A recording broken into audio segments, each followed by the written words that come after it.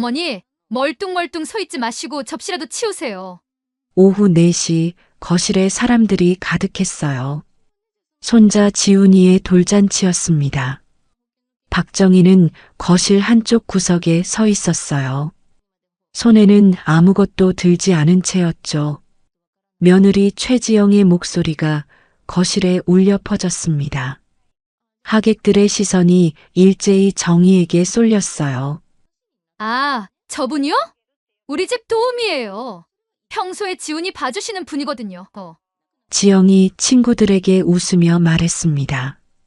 정희는 그 자리에 굳어버렸어요. 친손자의 돌잔치에서 친할머니가 도우미로 소개되는 순간이었습니다. 불과 몇 시간 전까지만 해도 행복한 돌잔치가 될 거라 믿었거든요. 정희는 새벽부터 일어나 음식을 준비했어요. 손자가 좋아할 거라 생각하며 하나하나 정성껏 만들었죠. 하지만 그게 화근이었을까요? 며느리는 몰랐습니다. 오늘 이후로 모든 게 달라질 거라는 걸요. 정희가 얼마나 준비했는지, 그리고 이제 어떤 선택을 할 건지 말이에요. 그럼 오늘의 사연 지금 시작하겠습니다. 그날 아침 6시였습니다. 정희는 눈을 떴어요. 아직 밖이 어두웠죠. 손자 돌잔치 날이었습니다. 서둘러 일어나 부엌으로 향했어요. 오늘은 마트 파트타임 알바도 조퇴해야 했거든요. 그 전에 음식 준비를 끝내야 했습니다. 냉장고를 열었어요. 어제 손질해둔 재료들이 가득했습니다. 잡채 재료, 전 부칠 것들, 떡볶이 떡까지. 정희는 조용히 재료를 꺼냈어요. 아들 부부집은 아직 조용했습니다. 당연하죠. 이 시간에 누가 일어나 있겠어요. 가스레인지에 불을 켰습니다. 기름 두르는 소리가 고요한 부엌에 울렸어요. 정희는 전을 부치기 시작했습니다. 애호박전, 동그랑땡, 생선전. 하나하나 정성스럽게 뒤집었어요. 아들 민수가 어렸을 때 좋아하던 맛이었죠. 손자도 나중에 좋아할 거라 믿었습니다. 7시가 되었어요. 저는 접시에 가득 담겼습니다. 이제 잡채를 만들어야 했어요. 당면을 삶고 야채를 볶고 간을 맞췄습니다. 땀이 이마에 맺혔죠. 환기구를 틀었지만 부엌은 여전히 더웠어요. 8시 30분쯤 되었을까요? 안방 문이 열리는 소리가 들렸습니다. 며느리 지영이 나왔어요. 머리는 헝클어져 있었고 잠옷 차림이었죠. 어머니, 벌써 일어나셨어요? 지영이 하품을 하며 물었습니다. 응, 음식 준비해야 해서. 정희가 대답했어요. 지영은 냉장고를 열어 물을 마셨습니다. 그리곤 부엌을 둘러봤어요. 아, 뭐 많이 만드셨네. 근데 케이터링 업체도 오잖아요. 이건 손수 만든 게 좋을 것 같아서. 요즘은 다 업체 시키는데. 뭐, 어머니가 하고 싶으시면 하세요. 지영은 다시 안방으로 들어갔습니다. 문 닫히는 소리가 났어요. 정희는 다시 잡채를 볶기 시작했습니다. 한숨이 나왔지만 참았어요. 오늘은 손자 돌잔치니까요. 9시가 되자 지영이 다시 나왔습니다. 이번엔 화장을 하고 옷을 입은 상태였어요. 어머니, 저 내일 샵 예약 있어서 나갔다 올게요. 내일 샵? 오늘? 네, 손님들한테 손 보여야 하잖아요. 2시간이면 돼요. 지영은 핸드백을 들고 현관으로 나갔습니다.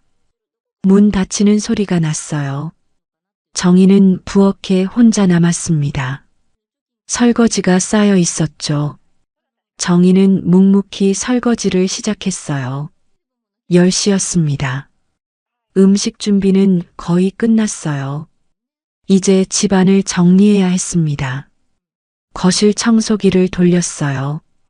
화장실도 닦았습니다. 손자 기저귀도 챙겨 놓았죠. 민수는 아직도 안방에서 자고 있었어요. 주말이니까요.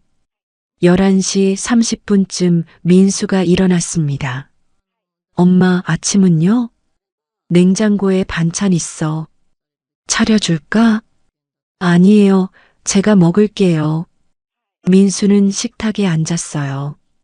정희가 차려준 밥상을 받았습니다. 아들은 핸드폰을 보며 밥을 먹었어요. 정희는 옆에서 지켜봤습니다. 엄마는 안 드세요? 나는 아까 먹었어. 너 천천히 먹어. 민수는 고개를 끄덕였어요. 밥을 다 먹고 설거지는 싱크대에 그냥 뒀습니다. 다시 안방으로 들어갔죠. 정희가 설거지를 했어요. 정오가 되었습니다. 정희는 시계를 봤어요. 마트에 가야 했거든요. 오늘은 오후 1시까지만 일하기로 했습니다. 사장님께 미리 말씀드렸었죠. 민수야, 엄마 마트 갔다 올게. 네, 엄마. 조심히 다녀오세요. 정희는 마트로 향했습니다. 동네 작은 마트였어요.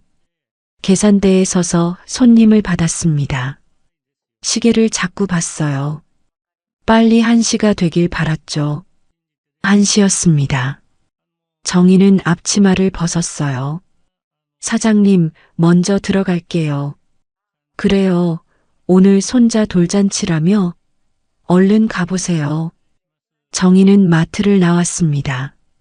서둘러 아들 집으로 돌아갔어요.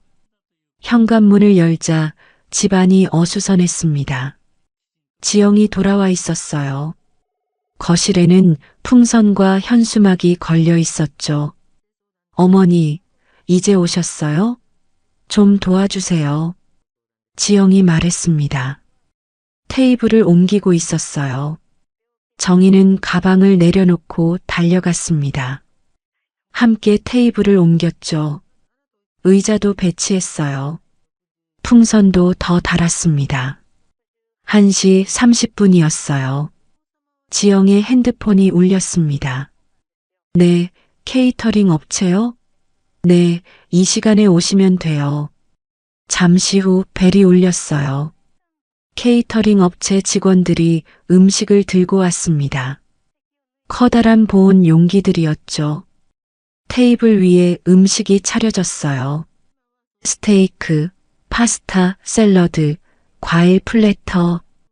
그 옆에 정희가 만든 전과 잡채도 놓였습니다. 2시였습니다. 첫 번째 하객이 도착했어요. 지영의 친구들이었죠. 3명이 함께 왔습니다. 선물 상자를 들고 있었어요. 지영아, 축하해. 고마워, 어서 와. 지영이 현관에서 친구들을 맞았습니다. 정희는 부엌에 있었어요. 커피를 준비하고 있었죠. 손님들이 속속 도착하기 시작했습니다. 지영의 회사 동료들, 민수의 친구들, 친척들까지. 거실이 사람들로 가득 찼어요. 2시 30분쯤 되었을 때였습니다. 지영의 직장 동료 서너 명이 도착했어요. 정희는 현관에서 신발을 정리하고 있었습니다. 하객들이 신발을 벗고 들어오거든요. 정희는 그걸 가지런히 놓고 있었죠. 안녕하세요. 동료 중 한 명이 인사했습니다. 정희에게요. 정희는 고개를 들었어요. 안녕하세요. 지영 씨 집 맞죠? 네, 맞아요. 정희가 대답했습니다. 그때 지영이 다가왔어요. 아, 왔어요? 어서 들어와요. 지영이 동료들을 맞았습니다. 동료 중 한 명이 정희를 봤어요. 지영 씨, 저분은? 지영이 웃으며 대답했습니다. 아, 오늘 도와주시는 분이에요. 정희는 그 말에 손이 멈췄어요. 도와주시는 분. 지영은 동료들을 거실로 안내했습니다. 정희는 현관에 그대로 서 있었어요. 신발을 정리하던 손이 떨렸습니다. 3시가 되었어요. 하객들은 점점 늘어났습니다. 거실이 북적였죠. 정희는 부엌과 거실을 오갔어요. 물을 따르고 접시를 나르고 쓰레기를 치웠습니다. 아무도 정희에게 누구냐고 묻지 않았어요. 지영이 말했으니까요. 도와주시는 분이라고. 시간이 지날수록 거실에는 사람들이 더 많아졌어요. 지영은 친구들과 소파에 앉아 있었죠. 웃음소리가 끊이지 않았습니다. 정희는 부엌에서 설거지를 하고 있었어요. 손님들이 쓴 컵과 접시가 쌓여 있었거든요. 어머니, 물 좀 더 따라주세요. 지영이 부엌 쪽으로 소리쳤습니다. 정희는 손을 닦고 물병을 들었어요. 거실로 나가 테이블 위에 물을 채웠습니다. 지영의 친구들이 쳐다봤어요. 감사합니다. 친구 중 한 명이 말했습니다. 정희는 고개를 끄덕이고 다시 부엌으로 들어갔어요. 4시가 가까워졌습니다.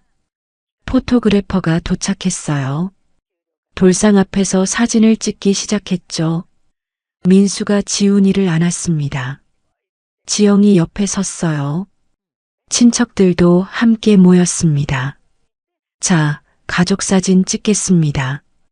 포토그래퍼가 말했어요. 정희는 거실 한쪽에 서 있었습니다. 자연스럽게 사진 쪽으로 다가갔어요. 그때 지영이 정희를 봤습니다. 어머니, 잠깐만요. 지영이 작은 목소리로 말했어요. 정희가 멈췄습니다. 가족사진은 저희끼리 먼저 찍을게요. 왜? 어머니는 나중에 따로 찍으시고요. 너무 많으면 사진이 어색해지잖아요. 정희는 뒤로 물러났습니다. 돌상 앞에는 민수와 지영, 그리고 지영의 부모님이 섰어요. 카메라 플래시가 터졌죠. 정희는 구석에서 그 모습을 지켜봤습니다. 하객 몇몇이 수군거리는 소리가 들렸어요. 저분도 할머니 아니에요? 글쎄요, 왜 안 서 계시지? 정희는 고개를 숙였습니다. 사진 촬영이 끝났습니다. 돌상 앞에 음식들이 놓여 있었어요. 케이터링 업체 음식, 그리고 정희가 만든 전과 잡채도 있었죠. 지영의 친구들이 음식 앞에 모였습니다. 와, 음식 진짜 많다. 다 케이터링 시켰어? 응, 요즘 누가 집에서 해? 편한 게 최고지. 지영이 웃으며 대답했어요. 친구 중 한 명이 잡채를 집어 먹었습니다. 이거 맛있는데? 어디 업체야? 정희는 부엌 문틈으로 그 모습을 보고 있었어요. 입을 열려다 참았습니다. 지영이 말했죠. 아, 그건 간단한 반찬이에요. 업체 거 아니고. 그래도 맛있어. 요즘 음식은 전문 업체가 낫죠. 위생도 그렇고. 친구들이 어색하게 웃었습니다. 정희는 부엌으로 들어갔어요. 가슴이 답답했습니다. 오후 4시 10분쯤이었을까요? 정희는 거실 한쪽 구석에 서 있었어요. 손에는 아무것도 들고 있지 않았습니다. 어디로 가야 할지 몰랐거든요. 부엌에 있자니 답답하고 거실에 나가자니 자리가 없었어요. 그때였습니다. 어머니, 멀뚱멀뚱 서 있지 마시고 접시라도 치우세요. 지영의 목소리가 거실에 울렸어요. 하객들의 대화가 멈췄습니다. 시선이 일제히 정희에게 쏠렸죠. 정희는 그 자리에 굳어버렸습니다. 지영은 웃고 있었어요. 친구들 앞에서요. 정희는 천천히 테이블로 다가갔습니다. 사용한 접시들을 집었어요. 손이 떨렸습니다. 접시를 들고 부엌으로 걸어갔죠. 하객들의 시선이 등 뒤에 느껴졌어요. 부엌 문을 닫았습니다. 정희는 싱크대에 접시를 내려놓았어요. 손을 짚고 고개를 숙였습니다. 숨이 가빠졌어요. 눈물이 날 것 같았지만 참았습니다. 아직 손님들이 있으니까요. 거실에서 웃음소리가 들렸습니다. 지영과 친구들이었어요. 정희는 물을 한 잔 마셨습니다. 그리고 다시 거실로 나갔어요. 그때 지영의 회사 부장이 도착했어요. 중년 남자였죠. 지영이 반갑게 맞았습니다. 부장님, 와주셔서 감사해요. 축하해요, 최 대리. 아이가 정말 예쁘네. 부장이 지훈이를 보며 웃었어요. 지영이 부장을 소파로 안내했습니다. 그때 부장이 정희를 봤어요. 저분은? 지영이 웃으며 대답했습니다. 아, 저분이요? 우리 집 도우미예요. 평소에 지훈이 봐주시는 분이거든요. 부장이 고개를 끄덕였습니다. 아, 육아 도우미. 요즘 구하기 힘들다던데 잘 됐네요. 네, 운 좋게 구했어요. 정희는 그 대화를 듣고 있었어요. 가슴이 무너지는 것 같았습니다. 도우미, 육아 도우미. 친손자를 돌보는 친할머니가 도우미였어요. 5시가 되었습니다. 돌잡이 시간이었어요. 돌상 위에 여러 물건이 놓였습니다. 마이크, 청진기, 골프공, 돈. 지훈이가 기어가서 골프공을 잡았어요. 사람들이 박수를 쳤습니다. 운동선수 되겠네. 건강하게 자라라. 정희는 뒤에서 지켜봤어요. 박수를 쳤지만 소리가 나지 않았습니다. 아무도 정희를 쳐다보지 않았어요. 5시 30분이었습니다. 선물 상자들이 테이블에 쌓였어요. 지영이 하나씩 열어보고 있었죠. 친구들이 옆에서 구경했습니다. 와, 이거 좋은데. 어디 거야? 백화점에서 샀어. 아기 옷 세트. 정희는 가방에서 작은 상자를 꺼냈습니다. 금반지 한 돈이었어요. 150만 원어치였죠. 지영에게 다가가 건넸어요. 지영아, 이거 지훈이 선물이야. 지영이 상자를 받아 열었습니다. 금반지를 봤어요. 표정이 미묘했죠. 금반지요? 응, 한 돈. 나중에 크면 필요할 때가 있을 거야. 요즘 금은 좀 현금이 낫지 않아요? 그래도 손자 돌이니까. 지영은 상자를 닫았습니다. 서랍에 넣어버렸어요. 알겠어요. 나중에 제가 처리할게요. 정희는 아무 말도 하지 않았습니다. 지영은 다시 친구들과 대화를 시작했죠. 금반지 이야기는 하지 않았어요. 6시가 되었습니다. 하객들이 식사를 시작했어요. 테이블 앞에 사람들이 줄을 섰습니다. 정희는 부엌에서 나와 거실 구석 의자에 앉았어요. 지칠 대로 지쳤거든요. 지영이 친구들과 소파에 앉아 있었습니다. 목소리가 컸어요. 정희에게도 들렸죠. 지영아, 오늘 진짜 수고 많았다. 혼자 다 준비했어? 아니, 도와주신 분들이 있지. 케이터링 업체? 그것도 있고, 시어머니가 요즘 지훈이 봐주시거든. 아, 그 도우미분? 좋겠다. 지영이 웃으며 말했습니다. 뭐 솔직히 할 일 없으시니까. 친구들이 웃었어요. 정희는 고개를 숙였습니다. 그래도 손주 보는 거 좋아하시겠어? 그치. 어차피 할 일도 없으신데 손주도 보고 좋지. 그래도 오늘 준비는 힘드셨겠어. 아니야. 그냥 간단한 거 좀 하신 거지. 정희는 의자에서 일어났습니다. 화장실로 가려 했어요. 그때 지영의 목소리가 더 크게 들렸습니다. 사실 요즘 시어머니들이 우리 세대같이 바쁜 것도 아니잖아. 친구들이 맞장구 쳤어요. 맞아. 집에서 할 일도 없고 손주 봐주는 게 소일거리지 뭐. 지영이 더 큰 목소리로 말했습니다. 친구들은 대부분 가정부 쓰는데 난 시어머니가 계셔서 다행이야. 경제적이잖아. 정희는 그 자리에 멈춰 섰어요. 경제적? 자기가 경제적이라고요. 경제적? 친구 중 한 명이 웃으며 물었습니다. 응, 가정부 쓰면 돈 들잖아. 일당으로 치면 하루 10만 원? 친구들이 폭소를 터뜨렸습니다. 정희는 물컵을 들려다 손이 떨렸어요. 컵이 손에서 미끄러졌습니다. 쨍그랑 물컵이 바닥에 떨어졌어요. 깨졌습니다. 물이 바닥에 흩어졌죠. 거실의 대화가 멈췄습니다. 모든 사람이 정희를 봤어요. 아이고, 조심하시지.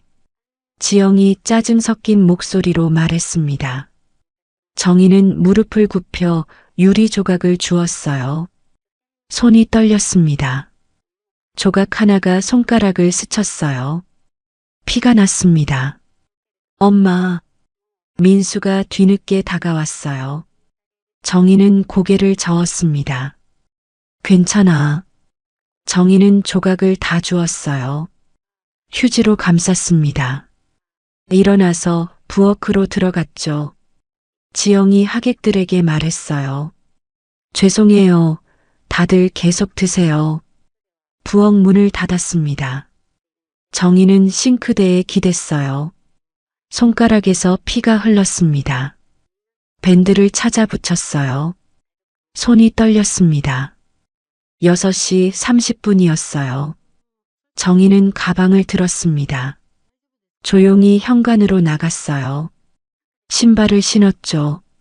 어머니, 벌써 가세요? 민수가 물었습니다. 응, 피곤해서. 그러세요? 조심히 들어가세요. 정희는 문을 열고 나갔어요. 복도에 섰습니다. 뒤에서 웃음소리가 들렸어요. 정희는 천천히 걸었습니다. 집에 도착했습니다. 밤 7시였어요. 정희는 소파에 앉았습니다. 손가락에 밴드를 봤어요. 피가 밴드를 적시고 있었죠. 저녁을 먹지 않았습니다. 배가 고프지 않았거든요. 샤워를 하고 침대에 누웠어요. 하지만 잠이 오지 않았습니다. 오늘 하루가 머릿속을 맴돌았어요. 도움이에요. 경제적이에요. 일당 10만 원. 밤 11시였습니다. 정희는 일어나 거실로 나갔어요. 책상 앞에 앉았습니다. 서랍을 열었죠. 통장과 서류들을 꺼냈어요. 최근 3년간 이체 내역이었습니다. 매달 250만 원씩, 생활비 150만 원, 육아비 100만 원, 36개월이었어요. 총 9천만 원이었습니다. 그 외에 명절 용돈, 경조사비, 가전제품 구입비까지 합치면 1억을 넘었어요. 정희는 공책을 꺼냈습니다. 날짜별로 정리하기 시작했어요. 언제, 얼마를, 왜 보냈는지. 차용증은 없었습니다. 그냥 준 거였죠. 1시간이 지났어요. 정리가 끝났습니다. 정희는 공책을 덮었어요. 창밖을 봤습니다. 아들 부부 아파트 쪽 불빛이 보였어요. 이제 시작이에요. 정희는 조용히 중얼거렸습니다. 돌잔치가 끝나고 사흘이 지났습니다. 정희는 마트에서 일하고 있었어요. 월요일 오전 10시였습니다. 계산대에 서서 손님을 받고 있었죠. 핸드폰이 울렸어요. 며느리 지영이었습니다. 정희는 손님이 없는 틈을 타서 전화를 받았어요. 여보세요. 어머니, 저예요. 지영의 목소리였습니다. 평소와 다름없이 밝았어요. 응, 무슨 일이야? 어머니, 이번 주 지훈이 좀 봐주실 수 있으세요? 월요일부터 금요일까지요. 정희는 잠시 말이 없었습니다. 지영이 다시 말했어요. 제가 일이 좀 생겨서요. 어머니가 봐주시면 정말 감사하겠어요. 이번 주는 좀 어려울 것 같은데. 전화 너머로 침묵이 흘렀어요. 그리고 지영의 목소리 톤이 바뀌었습니다. 네? 어머니, 무슨 일 있으세요? 응, 좀 볼 일이 있어서. 어머니가 무슨 일이 있으시다고요? 지영의 목소리에 짜증이 섞여 있었어요. 그냥 좀 쉬고 싶어서. 쉬시긴 뭘 쉬어요. 어머니는 집에만 계시잖아요. 정희는 말문이 막혔습니다. 지영이 계속 말했어요. 지훈이 혼자 둘 수도 없고요. 어머니가 안 봐주시면 제가 일을 못 하는데요. 지영아, 너 프리랜서잖아. 일정 조정이. 어머니, 프리랜서라고 일정 조정이 마음대로 되는 줄 아세요? 그럼 일감이 끊겨요. 정희는 한숨을 쉬었습니다. 지영이 다시 말했어요. 그리고 지훈이가 어머니 안 오신다고 계속 찾아요. 애가 적응했는데 갑자기 안 오시면 혼란스러워 하잖아요. 알았어. 생각해 볼게. 생각해 보시긴요. 내일부터인데요. 어머니, 제발요. 정희는 전화를 끊었습니다. 손이 떨렸어요. 계산대에 서 있는 게 힘들었죠. 오후 5시였습니다. 정희는 마트 일을 마치고 집으로 돌아왔어요. 현관문을 열었습니다. 그런데 누군가 복도에 서 있었어요. 며느리 지영이었습니다. 어머니! 지영이 다가왔어요. 정희는 놀랐습니다. 지영아, 어떡해. 전화로는 안 될 것 같아서 왔어요. 정희는 문을 열고 들어갔어요. 지영이 따라 들어왔습니다. 거실 소파에 마주 앉았죠. 어머니, 진짜 무슨 일 있으세요? 지영이 물었습니다. 정희는 고개를 저었어요. 그냥 좀 쉬고 싶어서 그래. 쉬시긴 뭘 쉬어요. 어머니 집에 계시면 하시는 것도 없잖아요. 마트 일도 하고. 마트 알바야 하루 이틀 빠져도 되는 거고요. 지영의 목소리가 높아졌어요. 손자 봐주는 게 그렇게 힘드세요? 다른 할머니들은 손주 보는 게 행복하다는데요. 정희는 아무 말도 하지 않았습니다. 지영이 계속 말했어요. 어머니, 우리도 형편이 어려워요. 제가 일을 해야 생활비라도 보태는데 어머니가 안 도와주시면 어떻게 해요? 생활비? 정희가 되물었습니다. 지영이 고개를 끄덕였어요. 네, 어머니가 매달 보내주시잖아요. 150만 원? 정희는 그 말에 가슴이 철렁했어요.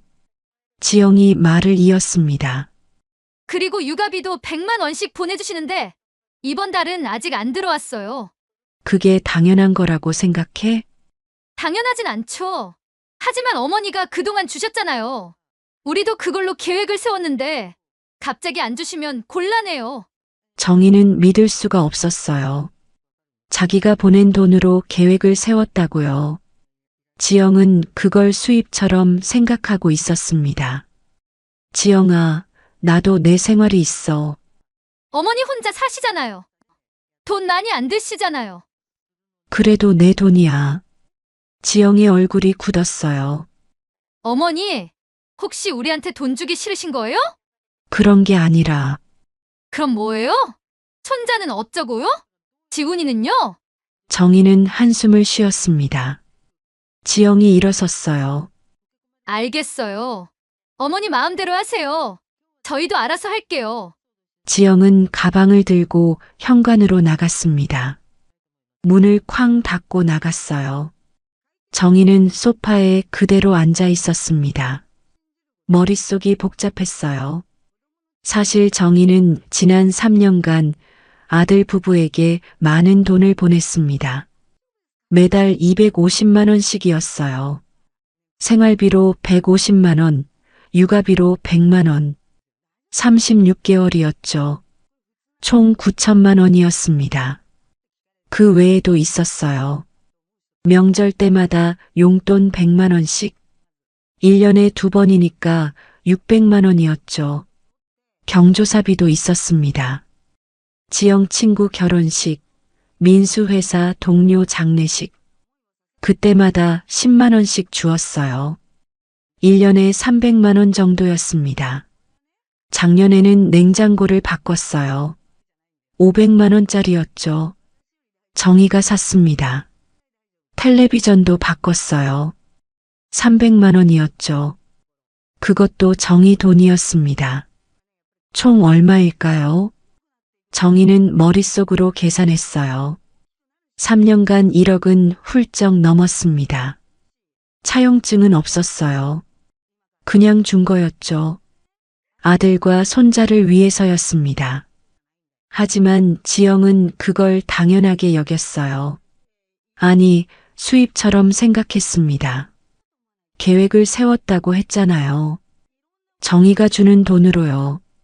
정희는 일어나서 방으로 갔어요. 서랍을 열고 통장을 꺼냈습니다. 최근 3년간 이체 내역을 봤어요. 매달 빠짐없이 250만 원씩 나갔습니다. 남편이 돌아가신 게 3년 전이었어요. 보험금으로 6억 원이 들어왔습니다. 아파트 한 채가 있었고 예금도 3억 원 있었죠. 정희는 혼자 살기엔 충분했어요. 하지만 아들이 걱정됐습니다. 민수는 중소기업 과장이었어요. 연봉이 5,500만 원 정도였죠. 지영은 프리랜서 디자이너였는데 수입이 불안정했어요. 한 달에 50만 원에서 100만 원 정도였습니다. 그래서 정희가 도왔어요. 생활비를 보내고 육아비를 보냈습니다. 손자를 직접 돌보기도 했죠. 일주일에 사흘은 아들 집에 가서 지훈이를 봤어요. 밥도 해주고 청소도 했습니다. 지영은 고맙다는 말을 한 적이 없었어요. 당연하다고 생각하는 것 같았죠. 오늘 대화로 확실해졌습니다. 지영은 정희를 도우미로 봤어요. 돈 주는 도우미요. 정희는 통장을 덮었습니다. 핸드폰을 들어 전화를 걸었어요. 친구 은주였습니다. 은주야, 나야. 정희. 무슨 일이야? 만나서 얘기 좀 할까? 내일 시간 돼? 그래, 돼. 무슨 일인데? 내일 만나서 얘기할게. 정희는 전화를 끊었어요. 창밖을 봤습니다. 날이 어두워지고 있었죠. 다음 날 오전 11시였습니다. 정희는 동네 카페에서 은주를 만났어요. 은주는 정희와 30년 지기 친구였습니다. 은행 지점장을 하다가 은퇴했죠. 지금은 재무상담 일을 하고 있었어요. 무슨 일인데 그래? 은주가 물었습니다. 정희는 지난 사흘간 있었던 일을 얘기했어요. 돌잔치에서 도우미로 소개된 것, 일당 10만 원이라는 말, 그리고 어제 지영과의 대화까지요. 은주는 말없이 듣고 있었어요. 정희가 말을 마치자 한숨을 쉬었습니다. 정희야, 너 당한 거야.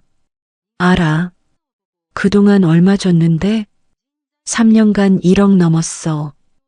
은주가 눈을 크게 떴어요. 1억? 차용증은? 없어. 그냥 준 거지. 미쳤구나, 정말. 은주가 고개를 저었습니다. 정희는 고개를 숙였어요. 나도 알아. 바보 같았다는 거. 이제라도 정신 차렸으니 다행이야. 은주가 말했습니다.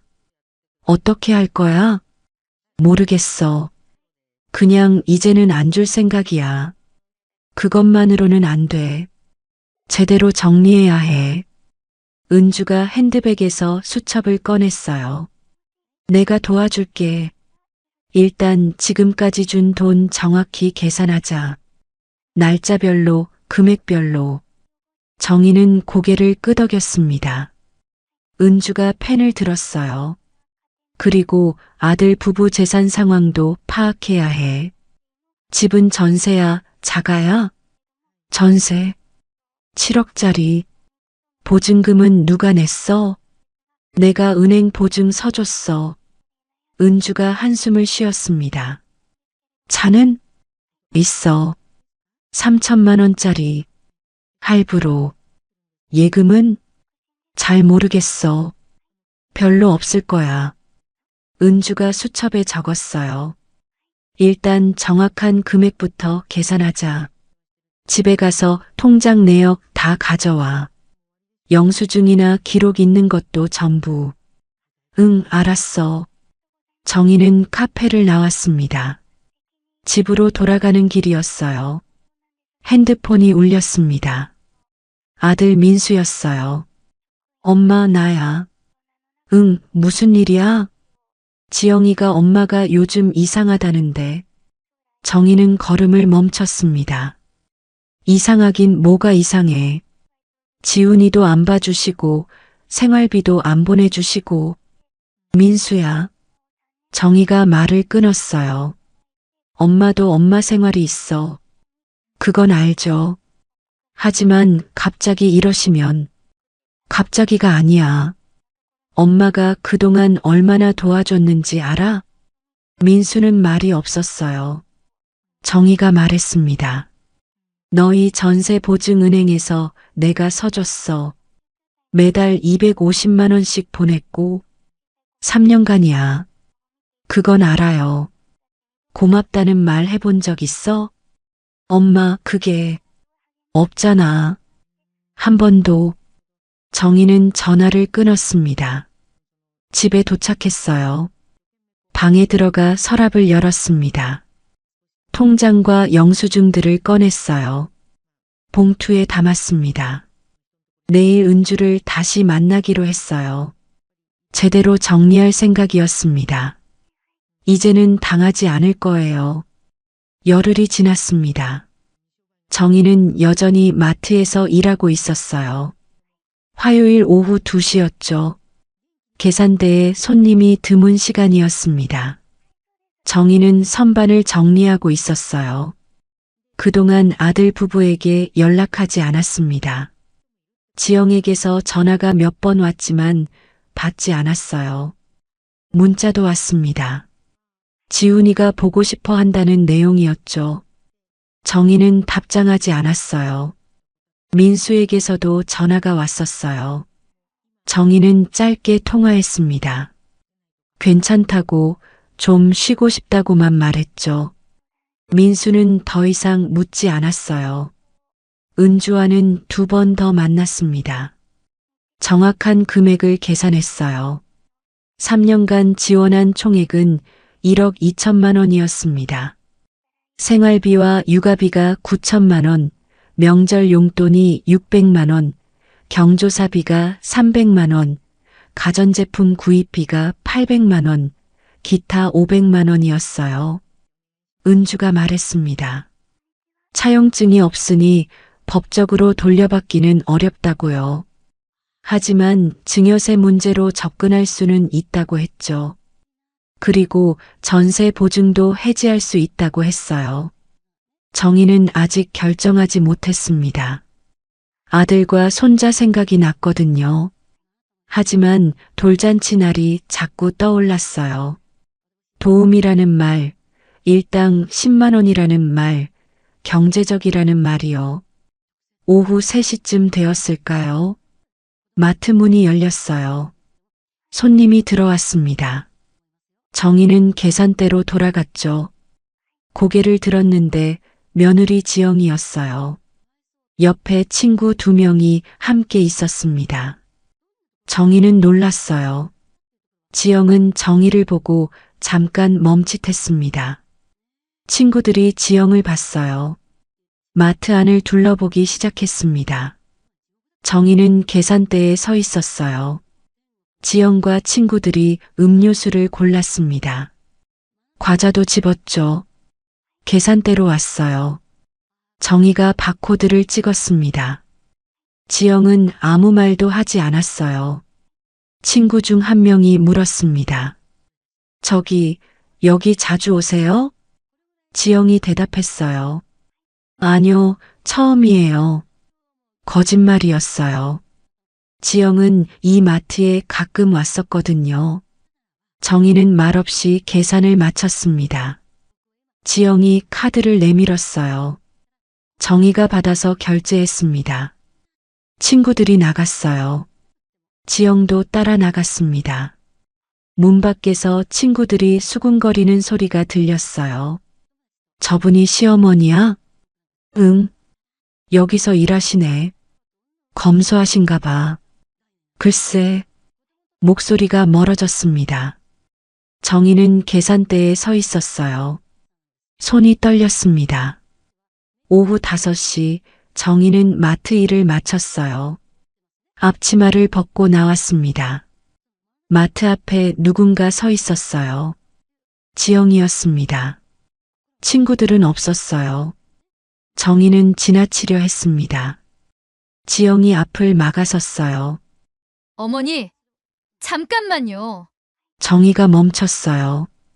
지영이 말했습니다. 카페 가서 얘기해요. 둘은 근처 카페로 갔습니다. 구석 자리에 마주 앉았어요. 지영이 아메리카노를 주문했습니다. 정희는 물만 마셨어요. 한동안 침묵이 흘렀습니다. 지영이 먼저 입을 열었어요. 어머니, 요즘 왜 이러세요? 정희는 대답하지 않았어요. 지영이 계속 말했습니다. 지훈이가 어머니 안 오신다고 계속 울어요. 애가 얼마나 속상해하는지 아세요? 정희가 물었어요. 지영아, 너 수입이 어떻게 돼? 지영이 당황한 표정을 지었습니다. 갑자기 그건 왜요? 궁금해서. 프리랜서라며? 바쁠 땐 바쁘죠? 이번 달은? 지영의 얼굴이 굳었어요. 왜 그런 걸 물어보세요? 혹시 돈 더 달라는 거예요? 정희가 고개를 저었습니다. 아니, 그냥 궁금해서 물어봤어. 어머니, 제가 번 돈으로 저희 가족 먹고 살아야 하는데 지영의 목소리가 높아졌어요. 정희는 조용히 일어났습니다. 나 먼저 갈게. 지영이 손을 뻗었어요. 하지만 정희는 이미 자리를 떠나고 있었습니다. 카페를 나왔어요. 집으로 돌아가는 길이었습니다. 정희는 천천히 걸었어요. 머릿속이 복잡했죠. 1년 전 일이 떠올랐어요. 지영이 결혼할 때였습니다. 아들 민수가 정희에게 말했었어요. 전세집을 구했는데 보증금이 7억 원이라고요. 대출을 받아야 하는데 은행 보증이 필요하다고 했죠. 정희는 망설이지 않았어요. 은행에 가서 보증을 섰습니다. 자기 아파트를 담보로 잡았어요.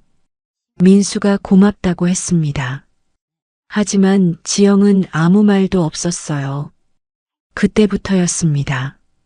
매달 생활비를 보내기 시작한 게요. 민수가 어렵다고 했거든요. 회사 월급으로는 전세 대출 이자랑 생활비를 감당하기 어렵다고요. 정희는 150만 원씩 보냈습니다. 지훈이가 태어났어요.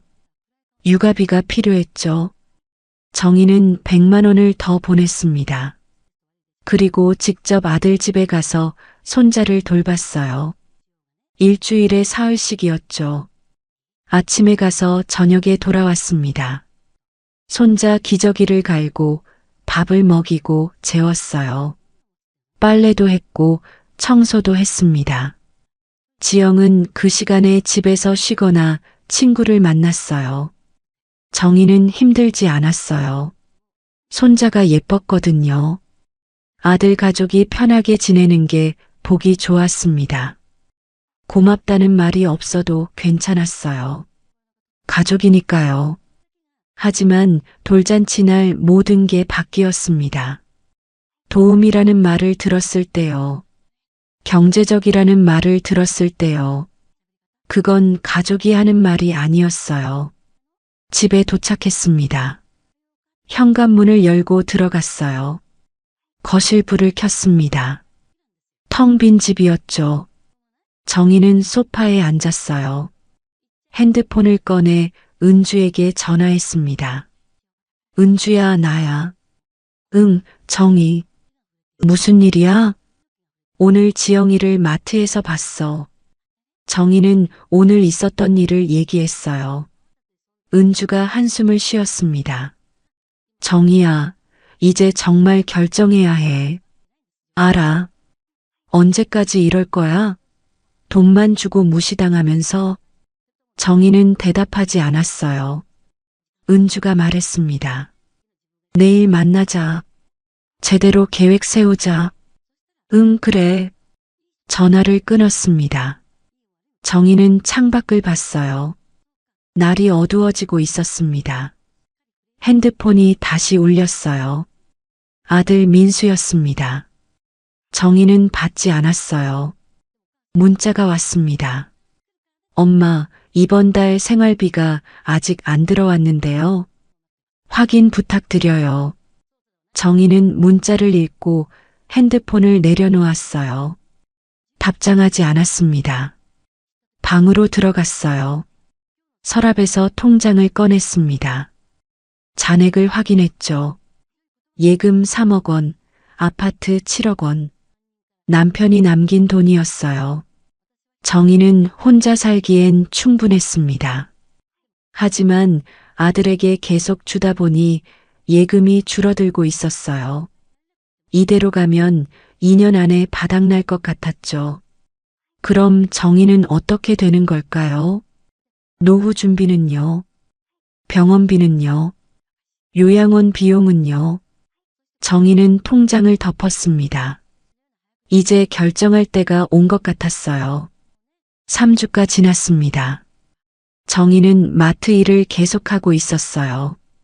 아들 부부와는 연락하지 않았습니다. 생활비도 보내지 않았죠.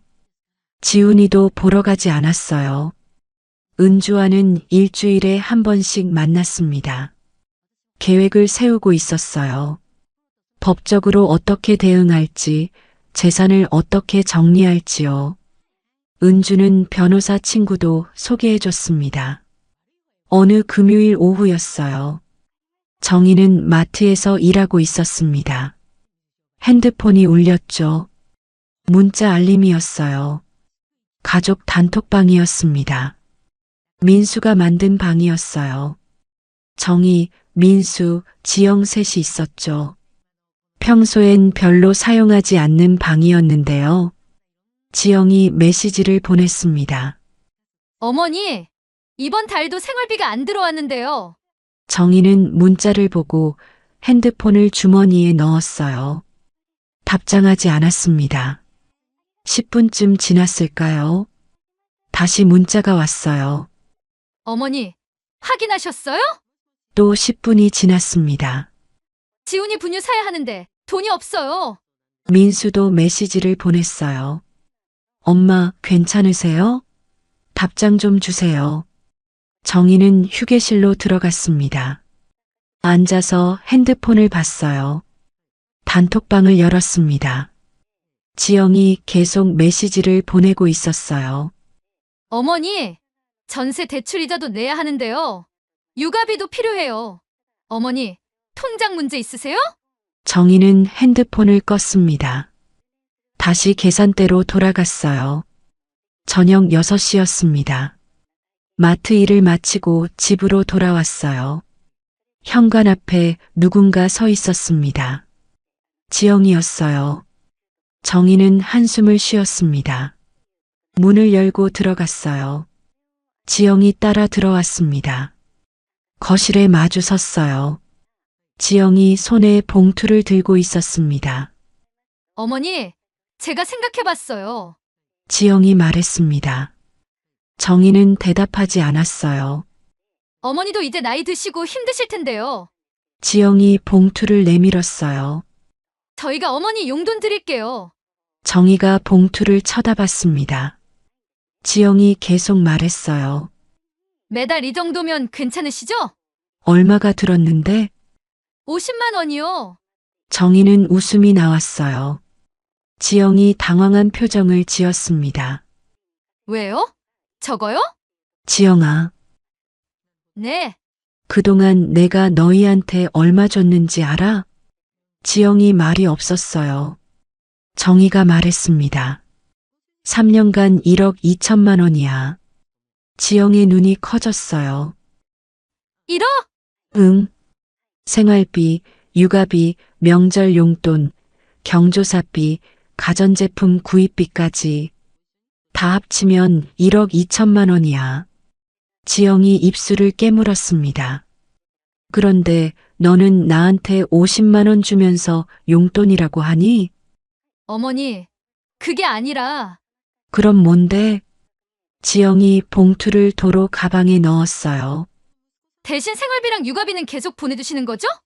정희는 고개를 저었습니다. 지영아, 나 이제 돈 못 보내줘.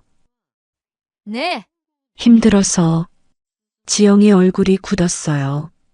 무슨 소리예요? 어머니 집도 있고 예금도 있잖아요. 그건 내 노후 자금이야. 노후 자금이요? 어머니 아직 50대잖아요. 그래서 지금부터 준비하는 거야. 지영이 소파에 털썩 앉았어요. 혹시 우리한테 주기 싫어서 그러는 거예요? 정희가 앉았습니다. 지영과 마주 봤어요. 지영아, 솔직히 말할게. 너 나를 뭐라고 생각해? 무슨 말씀이세요? 돌잔치 날 기억나? 나를 도움이라고 소개했잖아. 지영이 눈을 내리깔았어요. 그건 친구들 앞에서 그냥 경제적이라고도 했어. 가정부 쓰면 돈 드는데 시어머니 있어서 다행이라고. 어머니, 그건 농담이었어요. 일당 10만 원이라고도 했지. 지영이 얼굴이 빨개졌어요. 죄송해요. 미안하다고 끝나는 게 아니야. 지영아, 너는 나를 돈 주는 도우미로 봤어.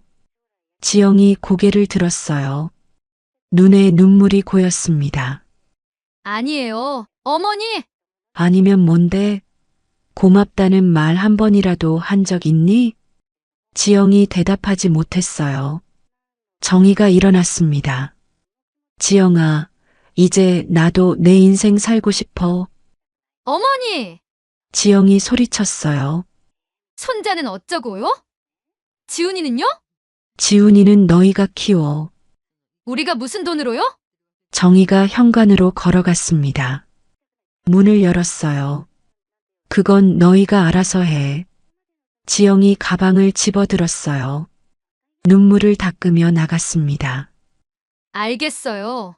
어머니 마음대로 하세요. 문이 쾅 닫혔습니다. 정희는 그 자리에 서 있었어요. 다리가 후들거렸습니다. 소파에 주저앉았죠. 핸드폰이 울렸어요. 민수였습니다. 정희는 받지 않았어요. 문자가 왔습니다. 엄마, 지영이가 울면서 들어왔어요. 무슨 일 있었어요? 정희는 답장하지 않았습니다. 또 문자가 왔어요. 엄마, 전화 좀 받아주세요. 정희는 핸드폰을 무음으로 바꿨어요. 창밖을 봤습니다. 날이 어두워지고 있었어요. 정희는 눈을 감았습니다. 3년 전 일이 떠올랐어요. 남편이 돌아가신 날이었습니다. 갑작스러운 심근경색이었어요. 병원에 도착했을 땐 이미 늦었죠. 정희는 혼자 남았습니다. 장례식을 치렀어요. 보험금이 들어왔습니다. 6억 원이었죠. 정희는 그 돈을 은행에 넣었어요. 아파트도 있었고 예금도 3억 원 있었습니다. 정희는 혼자 살기엔 충분했어요. 마트 파트타임을 시작했습니다. 심심해서였죠. 돈이 필요해서가 아니었어요. 그런데 아들이 결혼했습니다. 전세집이 필요하다고 했어요. 은행 보증이 필요하다고 했죠. 정희는 기꺼이 서줬습니다. 생활비가 부족하다고 했어요. 정희는 보내줬습니다. 손자가 태어났어요. 육아비가 필요했죠. 정희는 더 보내줬습니다. 직접 가서 돌봐주기도 했어요. 아들 가족이 편하게 살길 바랐거든요. 정희는 행복했습니다. 가족이 있다는 게 든든했어요. 하지만 지영은 달랐어요. 정희를 가족으로 보지 않았습니다. 도우미로 봤죠. 돈 주는 도우미요. 정희는 눈을 떴어요. 결심이 섰습니다. 핸드폰을 들어 은주에게 전화했어요. 은주야, 나야. 응, 정희. 무슨 일이야? 본격적으로 시작하자. 은주가 잠시 침묵했습니다. 그리고 말했어요. 알았어. 내일 변호사 사무실에서 만나자. 응, 고마워. 전화를 끊었습니다. 정희는 창밖을 봤어요. 별이 떠오르고 있었습니다. 이제 시작이었어요. 한 달이 지났습니다. 정희는 은주와 함께 변호사를 만났어요. 이틀에 한 번씩 만나 계획을 세웠습니다. 법률 상담도 받았고 재산 정리 방법도 의논했어요. 변호사는 말했습니다. 차용증이 없으니 법적으로 돌려받기는 어렵다고요. 하지만 증여세 문제를 제기할 수는 있다고 했죠. 그리고 전세 보증은 언제든 해지할 수 있다고 했습니다. 정희는 통장 사본을 준비했어요. 3년간 이체 내역을 모두 출력했습니다. 날짜별로, 금액별로 정리했죠. 명절 용돈도, 경조사비도, 가전제품 영수증도 전부 모았어요. 증거는 충분했습니다. 이제 실행만 남았어요. 그동안 아들 부부와는 연락하지 않았습니다. 민수에게서 전화가 몇 번 왔지만 받지 않았어요. 문자도 왔습니다. 생활비가 없어서 힘들다는 내용이었죠. 정희는 마음이 흔들릴 때마다 돌잔치 날을 떠올렸어요. 도움이라는 말, 경제적이라는 말, 일당 10만 원이라는 말을요. 그러면 다시 마음이 단단해졌습니다. 어느 화요일 오후였어요. 정희는 마트에서 일하고 있었습니다. 오후 4시쯤이었죠. 손님이 별로 없는 시간이었어요. 마트 문이 열렸습니다. 지영이 들어왔어요. 그런데 혼자가 아니었습니다. 중년 부부가 함께 있었죠. 지영의 친정 부모였어요. 정희는 계산대에 서 있었습니다. 지영과 눈이 마주쳤어요. 지영이 부모님을 데리고 계산대로 왔습니다. 지영 어머니가 웃으며 말했어요. 친정 어머니는 계속 말했습니다. 목소리가 컸어요. 마트 안 손님들이 쳐다봤습니다. 정희는 시계를 봤어요. 아직 퇴근 시간이 아니었습니다. 사장님께 양해를 구했어요. 급한 일이 생겼다고요. 사장님이 고개를 끄덕였습니다. 앞치마를 벗었어요. 가방을 챙겼습니다. 마트 밖으로 나왔죠. 지영과 친정 부모가 따라 나왔어요. 마트 앞에 벤치가 있었습니다. 정희는 그곳에 앉았어요.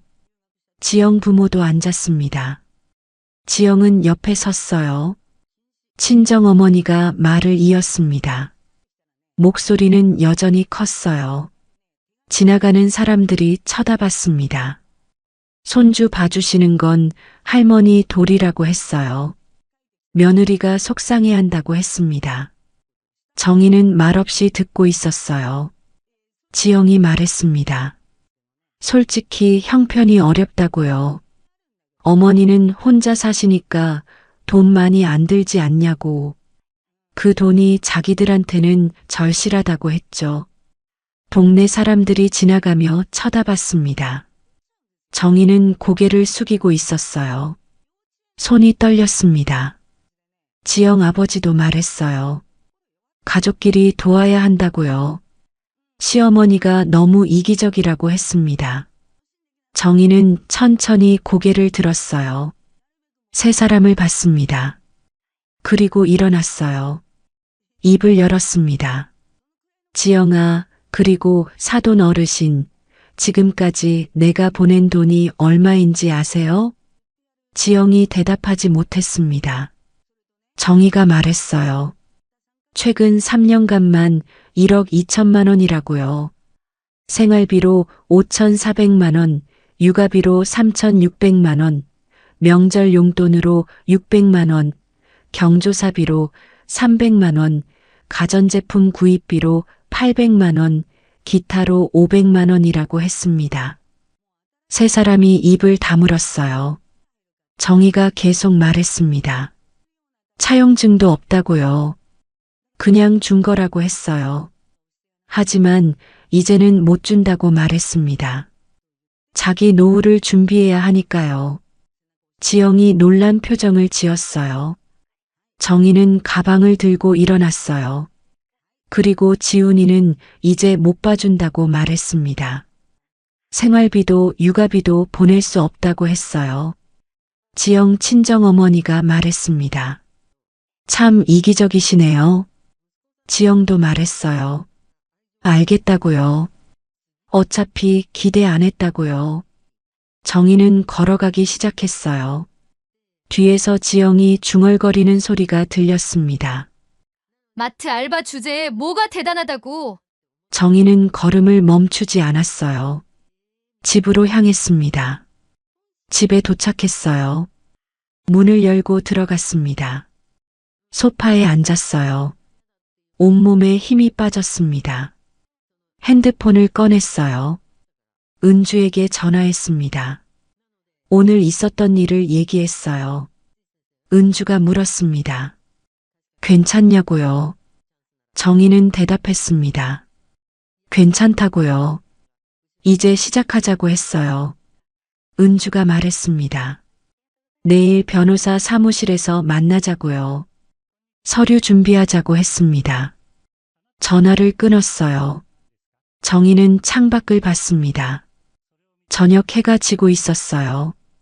하늘이 붉게 물들었습니다. 정희는 방으로 들어갔어요. 서랍을 열었습니다. 통장과 서류들을 꺼냈어요. 모두 봉투에 담았습니다. 책상에 앉아 노트를 폈어요. 계획을 적기 시작했습니다. 첫 번째, 내용 증명 발송. 아들에게 지원 금액 확인과 상환 요청하기. 두 번째, 지영 친정에 빌려준 돈 회수하기. 세 번째, 전세 보증 해지 통보하기. 네 번째, 상속 재산 분할 공증하기. 정희는 펜을 놓았어요. 손이 떨렸습니다. 하지만 멈출 수 없었어요. 핸드폰이 울렸습니다. 민수였어요. 정희는 받지 않았습니다. 문자가 왔어요. 지영이가 울고 있다는 내용이었습니다.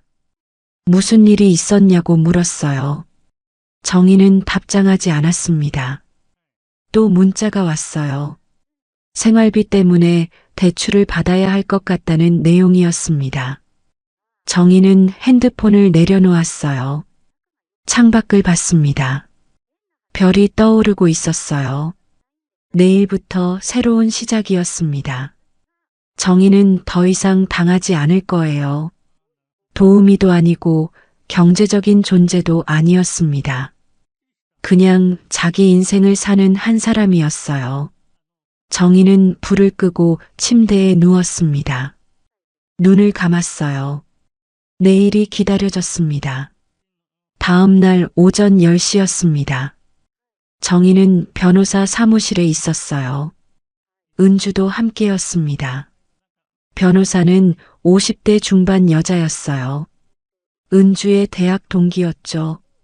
책상 위에 서류들이 펼쳐져 있었습니다. 정희가 준비한 통장 사본, 이체 내역, 영수증들이었어요. 변호사가 서류를 하나씩 확인했습니다. 한참을 보더니 고개를 끄덕였어요. 증거는 충분하다고 했습니다. 통장 이체 내역이 명확하다고 했어요. 날짜도 금액도 모두 기록돼 있다고 했죠.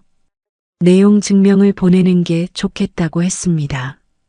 법적 효력은 없지만 경고의 의미가 있다고요. 그리고 증여세 문제도 제기할 수 있다고 했어요. 정희는 고개를 끄덕였습니다. 변호사가 계산기를 두드렸어요. 총 지원 금액은 1억 2천만 원이라고 했습니다. 생활비 5,400만 원, 육아비 3,600만 원, 명절 용돈 600만 원, 경조사비 300만 원, 가전제품 구입비 800만 원, 기타 500만 원이었어요. 증여세 공제 한도를 넘는다고 했습니다. 세무조사가 들어갈 수도 있다고 했죠. 은주가 물었어요. 전세 보증은 어떻게 하냐고요? 변호사가 대답했습니다. 보증인이 해지 의사를 밝히면 된다고요. 은행에 통보하면 끝이라고 했어요. 다만 아들이 새로운 보증인을 찾거나 집을 빼야 한다고 했습니다. 정희는 잠시 망설였어요. 하지만 곧 고개를 끄덕였습니다. 변호사가 서류를 작성하기 시작했어요. 내용 증명 문서였습니다. 첫 번째 문서는 아들 민수 앞으로였어요. 지난 3년간 지원한 금액이 1억 2천만 원이라고 적었습니다. 증여세 문제로 차용증 작성이 필요하다고 했어요. 6개월 내 상환을 요청한다고 적었습니다. 두 번째 문서도 작성했어요. 정희가 말했습니다. 지영 친정 부모에게 빌려준 돈이 있다고요. 은주가 놀라서 물었어요. 그건 처음 듣는다고요. 정희가 설명했습니다. 1년 전 일이었어요. 지영 어머니가 작은 슈퍼를 운영한다고 했었죠. 보증금이 부족하다고 했어요. 민수가 정희에게 부탁했습니다. 정희는 5천만 원을 빌려줬어요. 민수를 통해서였죠. 민수 통장으로 보냈고 민수가 지영 부모에게 전달했습니다. 차용증은 없었어요. 변호사가 한숨을 쉬었습니다. 차용증 없이 빌려준 게 문제라고 했어요. 하지만 민수 통장 이체 기록이 있으니 증거는 된다고 했습니다. 두 번째 내용 증명을 작성했어요. 지영 친정 부모 앞으로였습니다. 슈퍼 보증금으로 5천만 원을 빌려줬다고 적었어요. 3개월 내 상환을 요청한다고 했습니다. 세 번째 문서는 은행 앞으로였어요. 전세 보증해지 통보였습니다. 네 번째 문서도 준비했습니다. 상속 재산 분할 공증이었어요. 정희의 재산 중 3분의 1은 사회단체에 기부한다고 적었습니다. 나머지는 본인이 생전에 사용한다고 했어요. 변호사가 서류를 다 작성했습니다. 정희에게 서명을 요청했어요. 정희는 펜을 들었습니다. 손이 떨렸어요. 은주가 손을 잡아줬습니다. 정희는 서명했습니다. 4장의 서류에 모두 이름을 썼어요. 변호사가 말했습니다. 내일 등기우편으로 발송하겠다고요. 사흘 안에 도착할 거라고 했어요. 정희는 사무실을 나왔습니다. 은주와 함께 커피숍으로 갔어요. 은주가 물었습니다. 괜찮아? 응, 괜찮아. 이제는 나도 안 참아. 잘 생각했어. 더 이상 당할 필요 없어.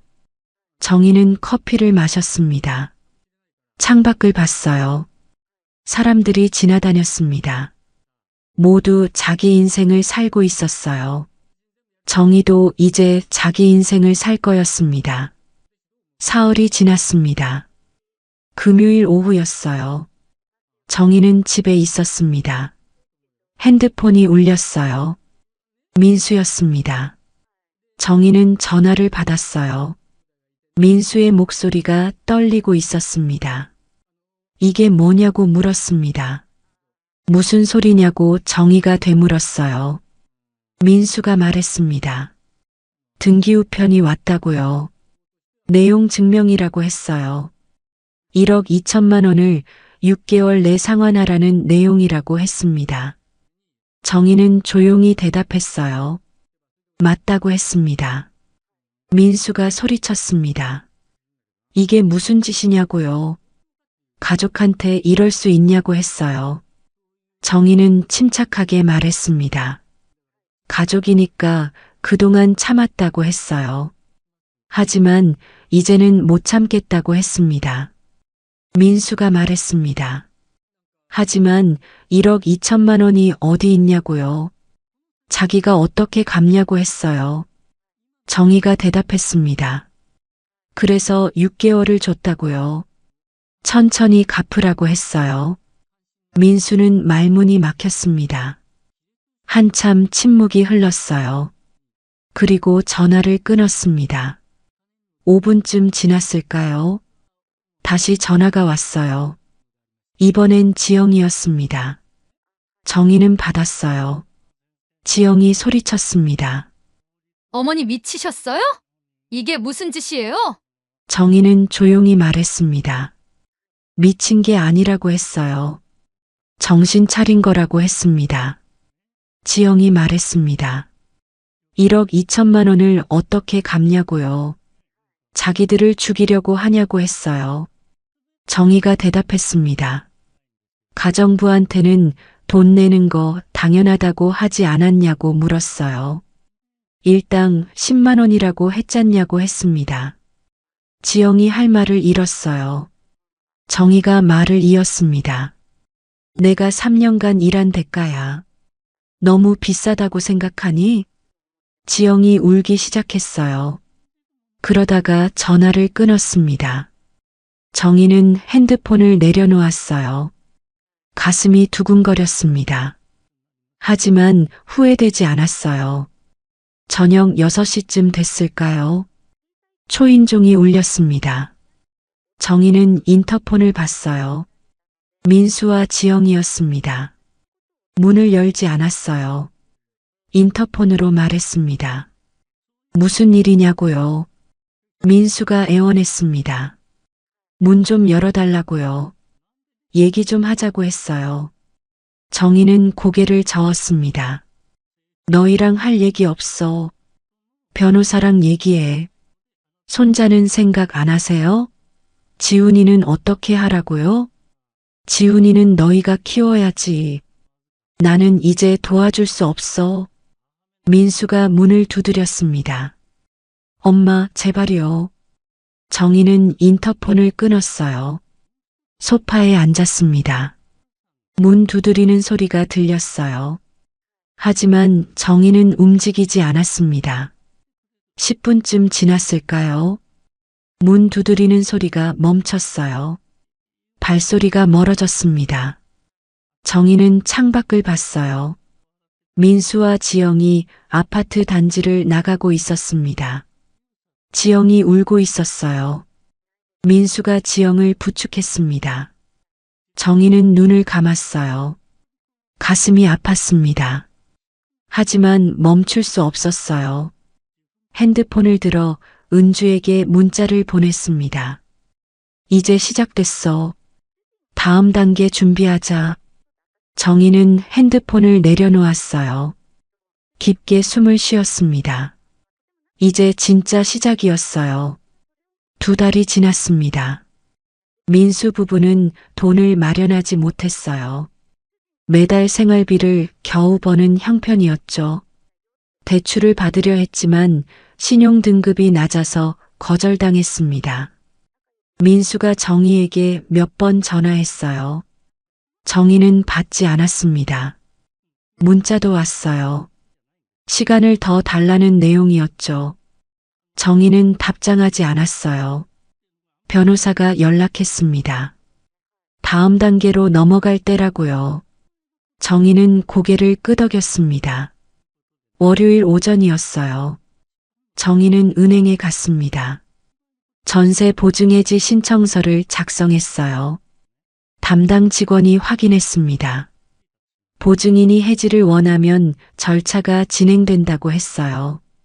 다만 채무자인 민수가 새로운 보증인을 찾거나 전세금을 마련해야 한다고 했죠. 그렇지 않으면 집을 빼야 한다고 했습니다. 정희는 서명했어요. 은행은 민수에게 통보할 거라고 했습니다. 그날 오후 정희는 다른 은행에도 갔습니다. 민수 명의로 돼 있는 적금 통장이 있었거든요. 3천만 원이었어요. 정희 돈으로 만든 적금이었습니다. 공동 명의였기 때문에 해지할 수 있었어요. 정희는 적금을 해지했습니다. 3천만 원이 정희 통장으로 들어왔어요. 화요일 정희는 공증 사무실에 갔습니다. 상속 재산 분할 공증을 했어요. 정희의 아파트와 예금 중 3분의 1은 사회복지단체에 기부한다고 명시했습니다. 나머지는 정희가 생전에 사용한다고 적었어요. 아들 민수에게 가는 상속분은 최소한으로 줄어들었습니다. 수요일 변호사가 전화했어요. 지영 친정 부모에게 보낸 내용 증명에 대한 답이 왔다고요. 돈이 없다는 내용이었습니다. 슈퍼 장사가 안 돼서 보증금도 못 돌려받을 것 같다고 했어요. 변호사가 물었습니다. 어떻게 할 거냐고요? 정희는 잠시 생각했어요. 그리고 말했습니다. 법적 조치를 취하겠다고요.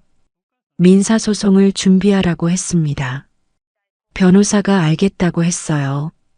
일주일 안에 소장을 작성하겠다고 했습니다.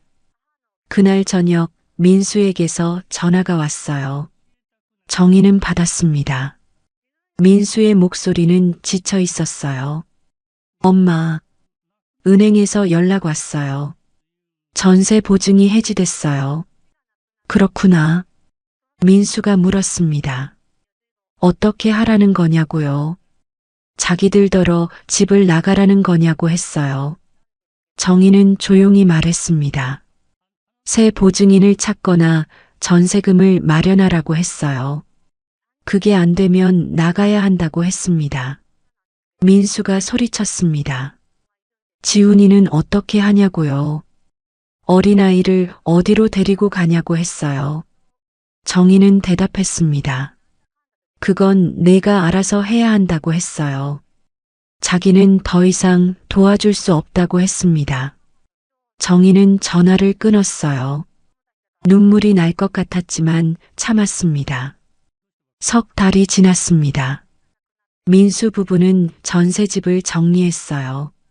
새 보증인을 찾지 못했거든요. 전세 보증금 7억 원으로 대출 2억 원을 갚았습니다. 남은 돈은 5억 원이었어요. 월세로 이전했습니다. 외곽 지역 작은 투룸이었어요. 보증금 5천만 원에 월세 60만 원이었죠. 강남에서 경기도로 이사했습니다. 지영 친정 슈퍼는 폐업했어요. 민사소송 통지를 받고 버티지 못했죠. 보증금 5천만 원을 정희에게 돌려줬습니다. 지영 부모는 고시원으로 이사했어요. 정희는 은주와 카페에서 만났습니다. 그동안 있었던 일을 얘기했어요. 은주가 물었습니다. 후회되지 않냐고요. 정희는 고개를 저었어요. 후회 안 된다고 했습니다. 이제야 정신을 차렸다고 했어요.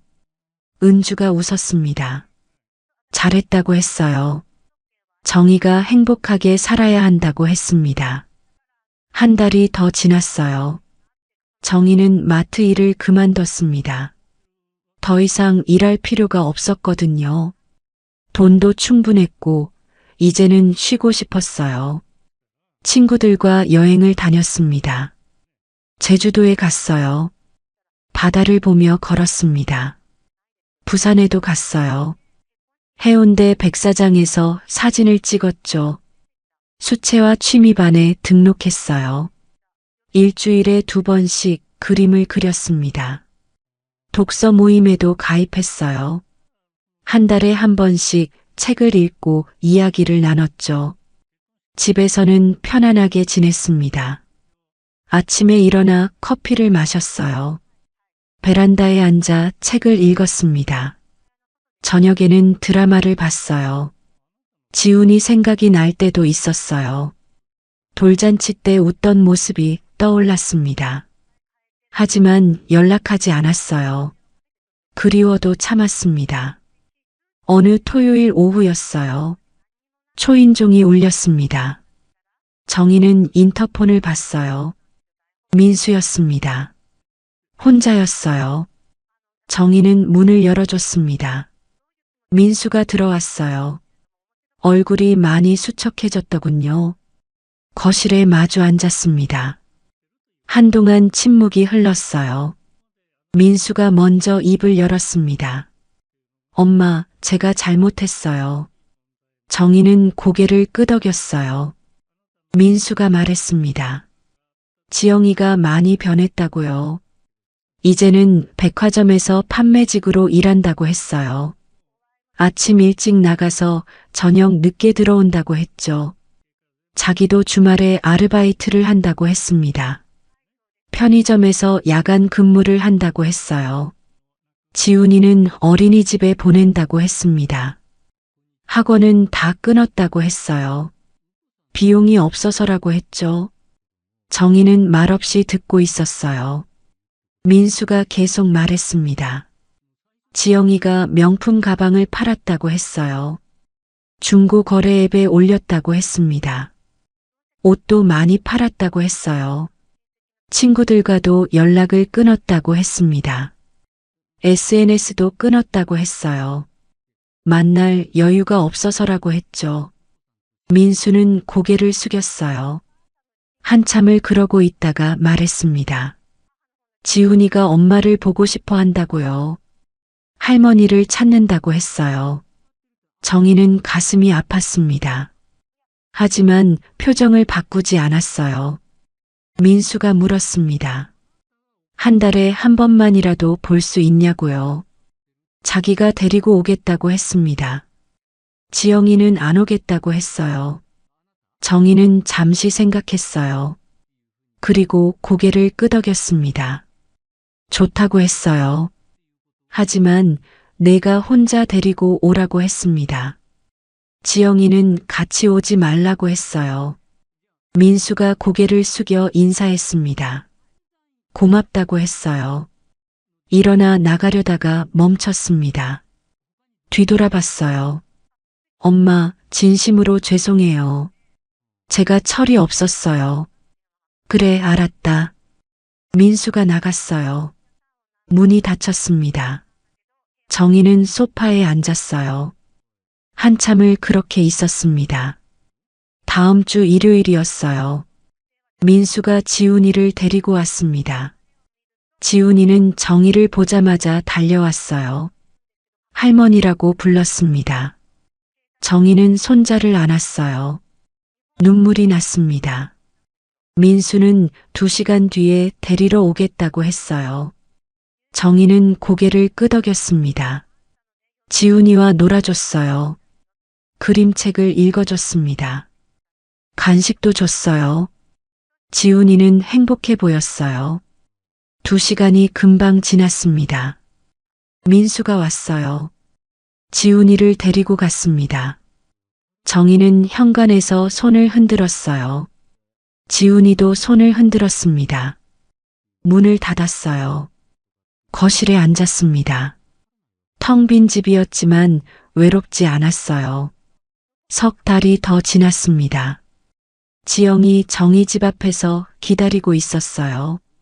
어느 금요일 저녁이었습니다. 정희가 장을 보고 돌아오는 길이었어요. 지영을 보고 놀랐습니다. 지영은 많이 변해 있었어요. 화장기 없는 얼굴이었습니다. 옷도 수수했어요. 예전의 화려함은 사라졌죠. 두 사람은 아무 말 없이 마주 봤습니다. 지영이 먼저 고개를 숙였어요. 어머니, 정희는 대답하지 않았습니다. 지영이 말을 이었어요. 죄송해요. 제가 진심으로 잘못했어요. 그동안 어머니한테 너무 심하게 했던 것 같아요. 정희는 말없이 듣고 있었어요. 지영이 계속 말했습니다. 돌잔치 날 한 말들이 너무 후회된다고 했어요. 도움이라고 한 것, 경제적이라고 한 것, 일당 10만 원이라고 한 것 모두요. 어머니가 얼마나 도와주셨는지 이제야 안다고 했습니다. 그 소중함을 몰랐다고 했어요. 지훈이가 어머니를 너무 보고 싶어 한다고 했습니다. 제발 한 번만 용서해 달라고 했어요. 정희는 지영을 봤습니다. 눈물을 흘리고 있었어요. 진심인 것 같았습니다. 하지만 정희는 고개를 저었어요. 지영아라고 불렀습니다. 사과는 받겠다고 했어요. 하지만 돈은 못 돌려준다고 했습니다. 지영이 말했습니다. 돈 얘기가 아니라고요. 그냥 관계를 회복하고 싶다고 했어요. 정희는 대답했습니다. 관계는 천천히 회복하자고 했어요. 지금 당장은 어렵다고 했습니다. 지훈이는 한 달에 한 번씩 보고 있다고 했어요. 그걸로 충분하다고 했습니다. 지영이 울먹였습니다. 그래도 다행이라고 했어요. 기회를 주셔서 감사하다고 했습니다. 정희는 집 안으로 들어갔어요. 문을 닫았습니다. 지영은 한참을 거기 서 있다가 돌아갔어요. 정희는 창문으로 지영을 봤습니다. 어깨가 축 늘어져 있었어요. 버스 정류장으로 걸어가고 있었습니다. 정희는 한숨을 쉬었어요. 가슴이 아팠지만 어쩔 수 없었습니다. 지영이 진심으로 변하려면 시간이 필요했어요. 1년이 지났습니다. 정희는 여전히 혼자 살고 있었어요. 친구들과 여행도 다니고 취미 생활도 하고 있었습니다. 민수는 한 달에 한 번씩 지훈이를 데리고 왔어요. 정희는 손자와 즐거운 시간을 보냈습니다. 하지만 지영은 오지 않았어요. 정희는 배웠습니다. 베푸는 것과 당하는 것은 다르다는 걸요. 가족이라고 해서 무한정 희생할 필요는 없다는 걸요. 자기 자신을 먼저 사랑해야 한다는 것도 배웠어요. 나를 소중히 여기지 않으면 남도 나를 소중히 여기지 않는다는 걸요. 정희는 이제 당당했습니다. 도우미가 아니었어요. 경제적인 존재도 아니었습니다. 그냥 자기 인생을 사는 한 사람이었어요. 물론 가끔은 외로웠습니다. 손자가 보고 싶을 때도 있었어요. 아들이 그리울 때도 있었죠. 하지만 정희는 행복했습니다. 자기 시간이 있었거든요. 하고 싶은 것을 할 수 있었어요. 누구 눈치도 보지 않았습니다. 이제 정희는 자기 인생을 살고 있었습니다. 그것만으로도 충분했어요. 여러분도 힘든 관계가 있다면 거리를 두는 것도 방법입니다. 가족이라고 해서 모든 걸 참을 필요는 없어요. 자기 자신을 먼저 사랑하세요. 그래야 남도 나를 사랑할 수 있습니다. 오늘 이야기 어떠셨나요? 여러분의 소중한 시간을 함께 해주셔서 정말 고맙습니다. 구독과 좋아요는 더 좋은 이야기를 만드는 큰 힘이 됩니다. 다음에도 더 많은 감동과 교훈이 담긴 이야기로 찾아뵙겠습니다. 감사합니다.